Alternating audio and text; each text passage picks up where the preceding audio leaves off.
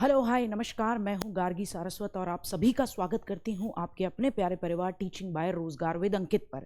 CTET का मौसम आ रहा है और सबसे ज़्यादा परेशान जो चीज़ें करती हैं बच्चों को वो हैं सिद्धांत। तो मैं गार्गी सारस्वत आपके लिए लेकर आई हूं सिद्धांतों का रामबाण। एक दिन एक सिद्धांत और वो तीर, वो ट्रिक, वो कीवर्ड जिनसे आपके इन सिद्धांतों का एक भी क्वेश्चन गलत नहीं होगा। तो आज की शुरुआत करेंगे कोलबर्ग की मोरल डेवलपमेंट थ्योरी, जिसमें लास्ट ईयर यानी कि दिसंबर 2021 वाले पेपर में भी, चाहे वो 23 के 23 पेपर फर्स्ट शिफ्ट के हों या सेकंड शिफ्ट के, दोनों ही शिफ्ट में एक एक क्वेश्चन जरूर मिला। तो एक नंबर आज आपकी 10 मिनट की वीडियो में। बहुत फायदे का सौदा है भाई, तो कर लेना है इसको, है ना, आपके फायदे के लिए। तो आज समझेंगे कोलबर्ग का मोरल डेवलपमेंट थ्योरी, नैतिक विकास का सिद्धांत। इस पूरे सिद्धांत में 3 लेवल दिए, 3 स्तर दिए किन्होंने, कोलबर्ग साहब ने, और 6 स्टेजेस यानी हर एक लेवल के अंदर 2 अवस्थाएं, 2 स्टेजेस प्रोवाइड कराई। तो इस तरीके से इस सिद्धांत में होते हैं 3 लेवल और 6 स्टेजेस, बोले तो 6 अवस्थाएं बनती हैं। तो फटाफट से मेरे सभी प्यारे प्यारे भाई बहन समझेंगे कि ये सिद्धांत था क्या, क्या करा है इस सिद्धांत में कोलबर्ग साहब ने। जब समझ जाओगे तो सारे क्वेश्चन आसानी से बना पाओगे। तो कहानी चलती है हिंज की। कोलबर्ग साहब ने एक कहानी सुनाई अलग अलग एज के बच्चों को। कहानी थी हिंज नाम के एक आदमी की। तो देखते हैं भैया कहानी क्या थी। इधर पिक्चर देखना, इधर मैं कहानी डिपिक्ट करूंगी। तो कहानी ये थी कि हिंज एक शादीशुदा व्यक्ति है। बोलो तारा रारा, बहुत अच्छी बात है भाई। तो शादीशुदा व्यक्ति हिंज की पत्नी है। पत्नी को एक ऐसी बीमारी हो जाती है जिसका कोई इलाज मौजूद नहीं है। हिंज बड़ा परेशान है, क्या करें। पत्नी सोच रही है मेरे लिए तो दवाई बनी नहीं। इधर हिंज को खबर मिलती है कि नहीं नहीं, शहर के अंदर ही एक केमिस्ट है। ये केमिस्ट है, शायद विजिबल थोड़ा कम रह रहा होगा। तो ये एक केमिस्ट है शहर के अंदर, और उस केमिस्ट ने एक ऐसी दवाई बना ली है, या ये समझ लीजिए एक एक्सपेरिमेंट करने वाला एक साइंटिस्ट समझ लीजिए, जिसने ये दवाई बना रखी है, इससे रिलेटेड एक दवाई बना रखी है। लेकिन क्योंकि इस इंसान ने बड़े सालों की मेहनत की है, तो इसके दिमाग में एक बात है कि यार नहीं, मैं इसको ना 10 गुने दाम पे बेचूंगा, मैं तो इसका पेटेंट कराऊंगा भाई, तो मोटा पैसा कमाऊंगा मैं। ठीक, अब इसके दिमाग में इसका इंटरेस्ट अलग है। हिंज को पता लगता है कि भाई ऐसी एक दवाई है। हिंज बड़ा परेशान है, अपना पर्स टटोल रहा है, बेचारा देख रहा है बहुत कम पैसे हैं। इसको भी खबर है कि ये 10 गुना में बेचेगा। हिंज ने देखा पर्स में पैसे कम हैं, फिर भी कन्विंस करने गया कि शायद बंदा मान जाए। पहुंचता है, बोलता है कि भैया मेरी बीवी की जिंदगी का सवाल है, मान जा भैया। मेरे पास, सपोज करो उसने मांगे 10 लाख, इसने कहा मेरे पास है 5 लाख, 50% ले ले, बाकी 50% में तेरे को जीवन भर काम करूंगा, मेहनत मजदूरी करूंगा, तेरे यहां बर्तन झाड़ू कटका सब करूंगा और तेरा पैसा चुका दूंगा। अगला आदमी बोले नहीं, नॉट एट ऑल, नो मतलब नो, मेरे को नहीं करना ये वाला समझौता, मूड में नहीं है। अब हिंज ने, भैया बड़ी दुविधा रही, हिंज ने बहुत परेशानी रही हिंज को। हिंज सोच रहा है क्या करना चाहिए, क्या करना चाहिए। फाइनली हिंज जो है अपनी पत्नी की जान बचाए कि क्या करे, ये सोचते हुए हिंज वहां जाता है दुकान पे रात में और चोरी करके ले आता है दवाई को। हिंज को पुलिस पकड़ के ले गई। ठीक है ना, यही होता है कहानी, ऐसे ही तो अंत होती है। अब साहब, ये जो आपके कोलबर्ग साहब थे, उन्होंने क्वेश्चन पूछने शुरू करे अलग अलग स्टेज के बच्चों से, अलग अलग उम्र के बच्चों से, और तब निकाले, इसी कहानी को सुना के क्वेश्चन पूछ के बच्चों के जवाब जब आए, तो कोलबर्ग साहब ये चीज समझ पाए कि ओवरऑल बच्चे के अंदर मोरालिटी का, नैतिकता का, कि क्या चीज सही है क्या चीज गलत है, इसकी एक समझ अलग अलग लेवल पे अलग अलग होती है ना। या बच्चे का जवाब कि क्या हिंज को चोरी करनी चाहिए थी, इसके जवाब अलग अलग, इस प्रश्न पे जवाब अलग अलग उम्र में अलग अलग आएंगे। उस बेसिस पे कोलबर्ग साहब ने 3 लेवल, 3 स्तर डिसाइड किए।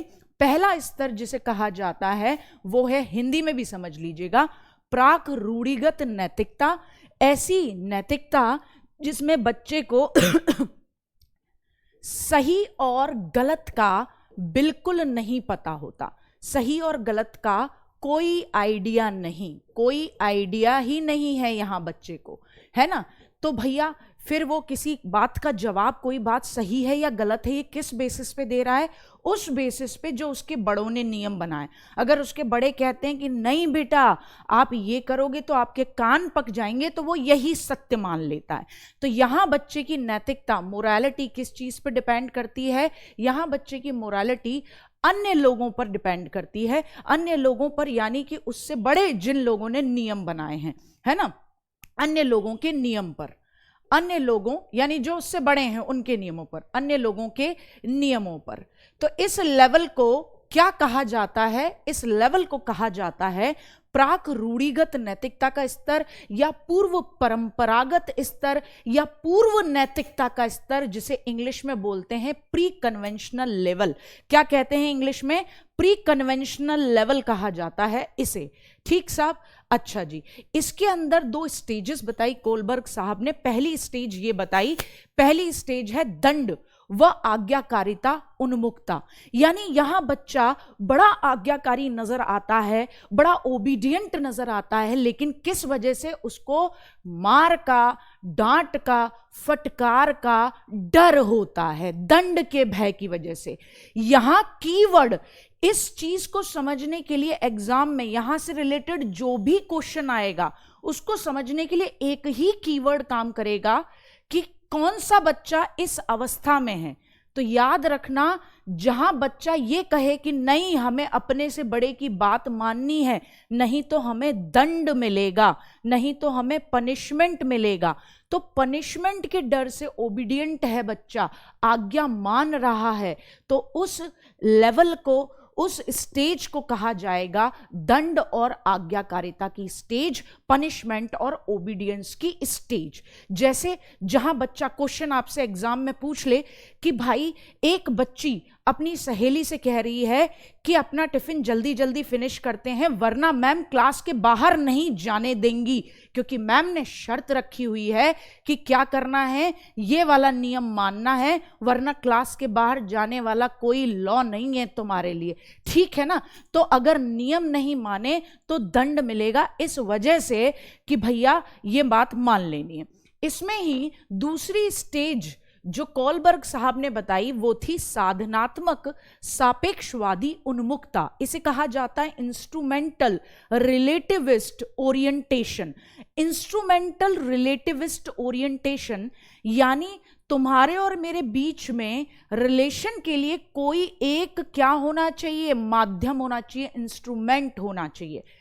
अदला बदली का सिद्धांत, तुम मेरी पीठ खुजाओ मैं तुम्हारी पीठ खुजाऊंगा, ये बड़ा फेमस कोटेशन है इस स्टेज को समझने के लिए, इस अवस्था को समझने के लिए। तुम मेरी पीठ खुजलाओ मैं तुम्हारी पीठ खुजलाऊंगा, यानी एक्सचेंज की बात होती है, अदला बदली का भाव आता है। अब सपोज कीजिए यहां क्वेश्चन आए कि एक गुड़िया दूसरी बच्ची को ये कह रही है कि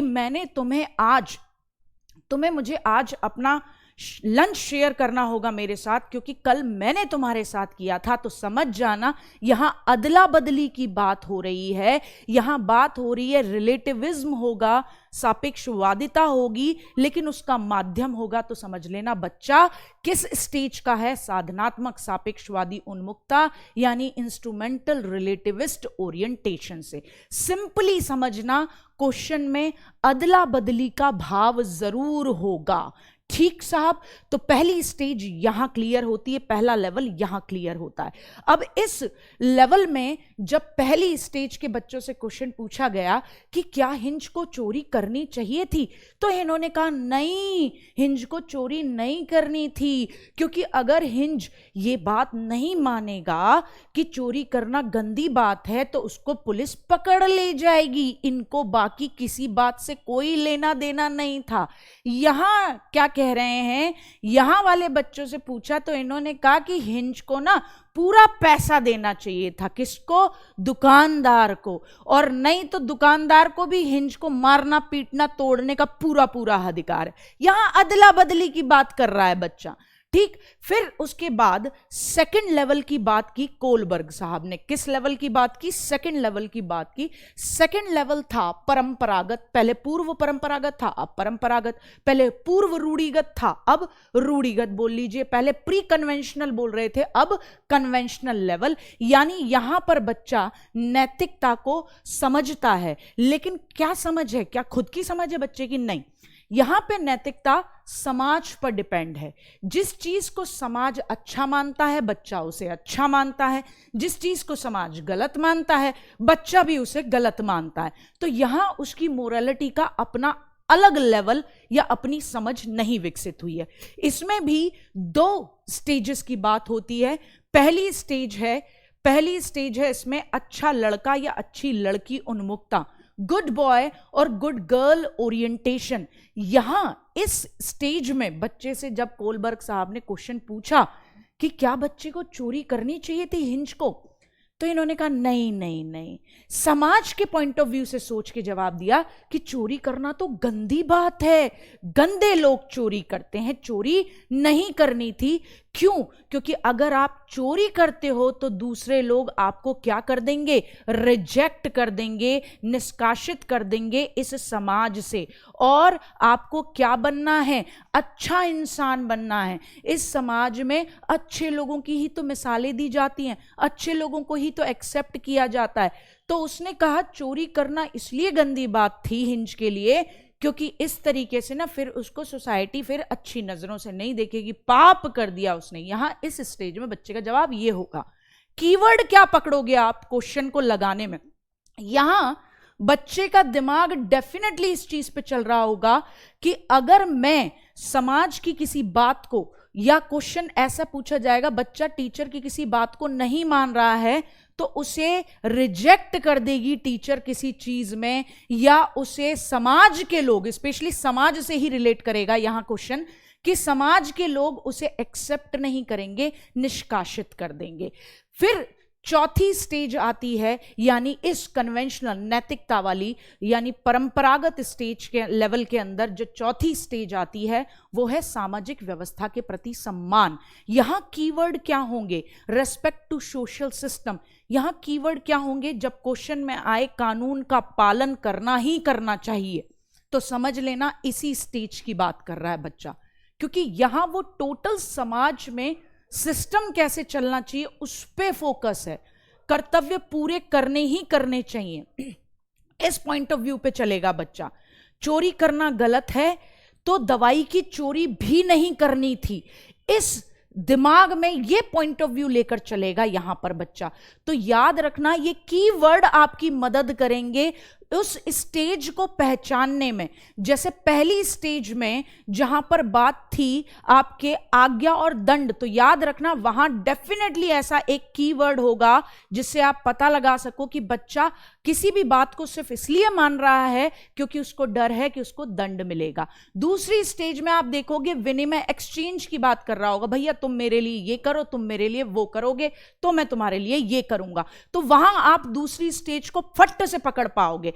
ऐसे ही यहां जब नैतिकता समाज पर डिपेंड है, कन्वेंशनल स्टेज की बात आती है, परंपरागत स्तर की बात आती है, तो पहले में बच्चा सोसाइटी से एक्सेप्टेंस चाहता है, इसलिए गलत नहीं होना चाहता। टोटली समाज पर डिपेंड करती है नैतिकता बच्चे की। समाज जिस चीज को एक्सेप्ट करता है बच्चा उस चीज को एक्सेप्ट करता है। यहां पकड़ना आसान होगा, यहां कीवर्ड जरूर होंगे, कानून का पालन करना ही करना है जैसी बात, कर्तव्य पूरा करना ही करना है जैसी बात, चोरी करना गलत है तो दवाई की चोरी नहीं करनी थी।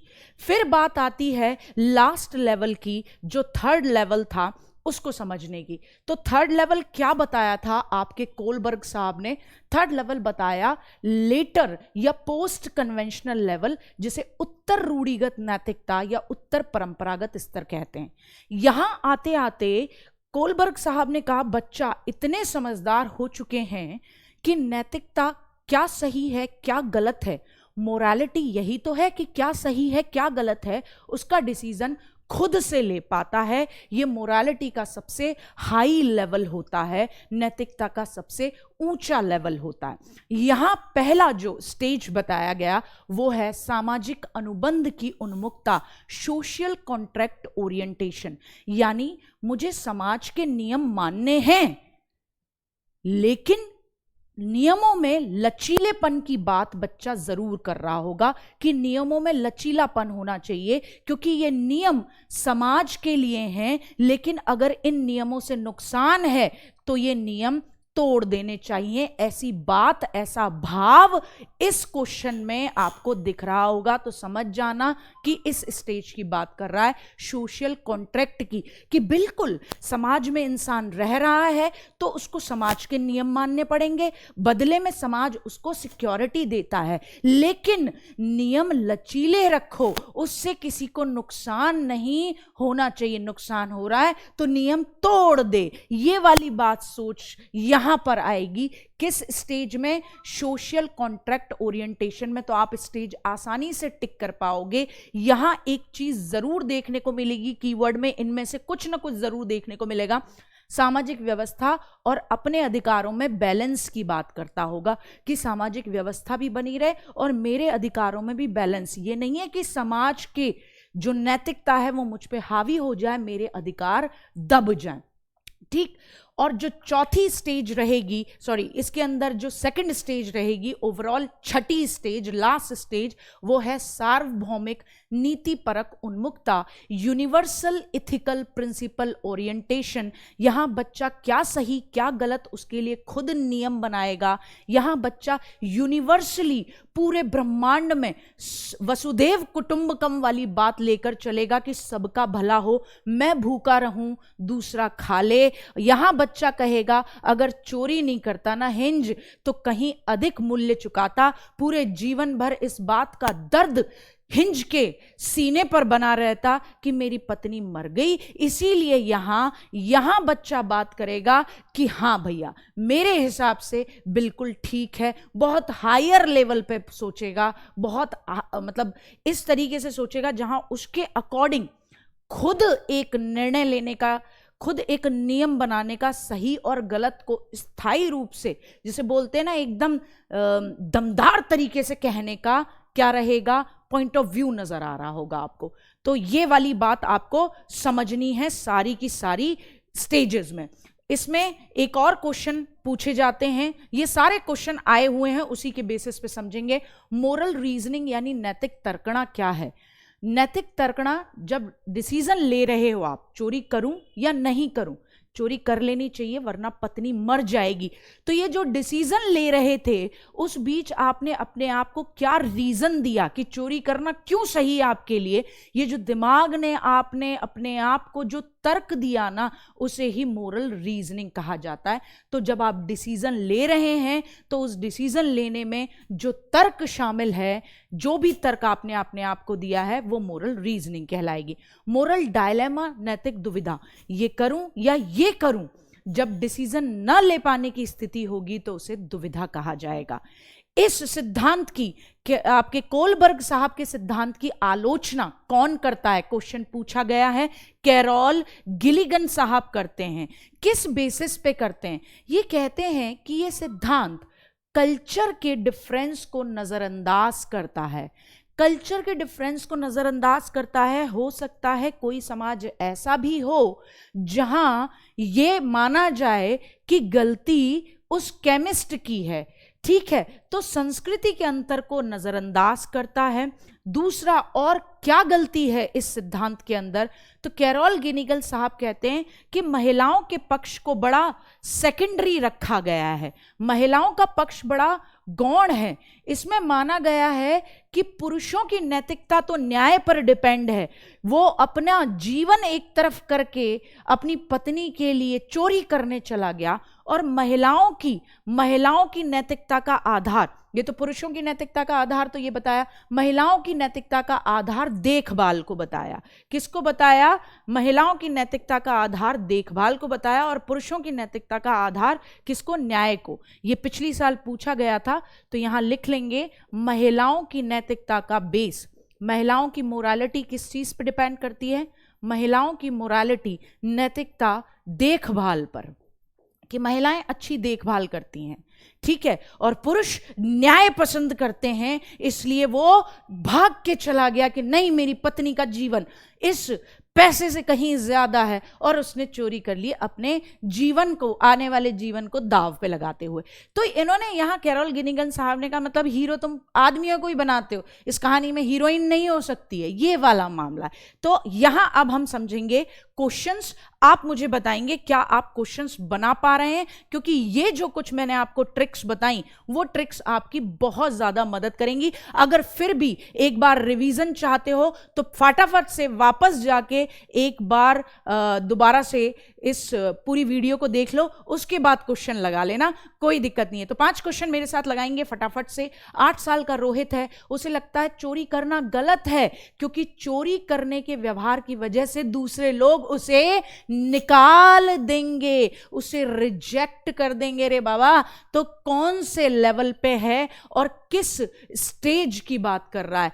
तो लेवल है जब बच्चे को लगे कि दूसरे लोग उसे रिजेक्ट कर देंगे, तो यहां वो डिपेंड करता है दूसरे लोगों पे, यानी समाज पर। तो लेवल हो गया 2, लेवल है साहब 2, जिसे कहा गया कन्वेंशनल या परंपरागत स्टेज, कन्वेंशनल लेवल या परंपरागत स्टेज कहा गया। और उसमें भी वो अच्छा लड़का या अच्छी लड़की बनना चाहता है। क्यों? किस वर्ड से पता लगा? निष्कासित कर देंगे, उसे रिजेक्ट कर देंगे, उसके साथ अच्छा बिहेवियर नहीं करेंगे, उसे अलग कर देंगे। नेक्स्ट बात, एक बच्चा, एक किशोर है, वह तर्क देता है, मतलब एक अडल्ट है, अच्छी खासी उम्र में आ चुका है, अडोलसेंस की एज में है एक बच्चा, तो 14-15 साल की एज का मानते हैं।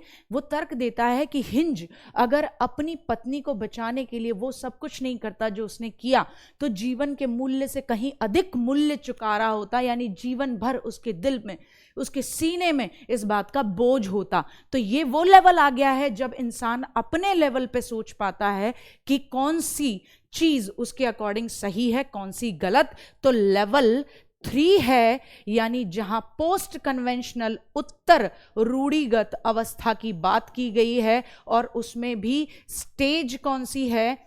कौन सी स्टेज है? स्टेज होगी सार्वभौमिक नैतिक सिद्धांत, यानी यूनिवर्सल एथिकल प्रिंसिपल थ्योरी, कि नहीं साहब यहां तो करना बनता था, वरना जीवन भर उसके दिल पर इस बात का बोझ रहता। लॉरेंस कॉलबर्ग के सिद्धांत की एक सबसे बड़ा क्रिटिक्स क्या है, किस बेसिस पे क्रिटिसाइज किया है? इसमें फीमेल जो पॉइंट ऑफ व्यू है उसको सेकेंडरी रखा गया है। उन्होंने पियाजे के नैतिकता विकास को, पियाजे से तो क्या ही लेना देना, बच्चे की प्रत्येक स्तर पर विशेष नहीं, उन्होंने खुद बताया कि हर लेवल पर बच्चे की अलग अलग प्रतिक्रियाएं आई थी। उन्होंने बच्चों पर कोई अनुसंधान नहीं किया, गलत बात, सारे अनुसंधान किए, बस एक ही गलती करी कि फीमेल को बड़ा सेकेंडरी बताया है। नेक्स्ट क्वेश्चन, लॉरेंस कोलबर्ग के अकॉर्डिंग 7-8 साल के बच्चों में नैतिक निर्णय लेने का आधार क्या है? कमाल की बात है, पहला क्वेश्चन भी 8 साल के बच्चे से रिलेट करता था, पहला क्वेश्चन भी 8 साल के बच्चे से रिलेट करता था, लेकिन वहां लिखा हुआ था कि बच्चे को डर है कि उसे लोग निष्कासित कर देंगे, तो वहां आंसर हो गया था कि वो अच्छा लड़का या अच्छा लड़की। लेकिन यहां क्वेश्चन का आधार ही कुछ अलग हो गया भाई, यहां क्वेश्चन का पॉइंट ऑफ व्यू ही कुछ अलग हो गया। यहां कह रहा है कि बच्चे का जो 7-8 साल का बच्चा है, यानी फर्स्ट क्लास का जो बच्चा है, उसका नैतिक निर्णय का आधार क्या होगा? तो ऑप्शन देख के एलिमिनेट करना। तो क्या करोगे? क्या बच्चा सामाजिक सामाजिक व्यवस्था को बनाए रखने की बात करेगा? क्या समाज के अकॉर्डिंग सोचता है उस उम्र में बच्चा? नहीं। क्या सोशल कॉन्ट्रैक्ट को बनाए रखने की कोशिश करेगा? नहीं भैया, समाज तक तो बच्चे की समझ भी नहीं जाती है।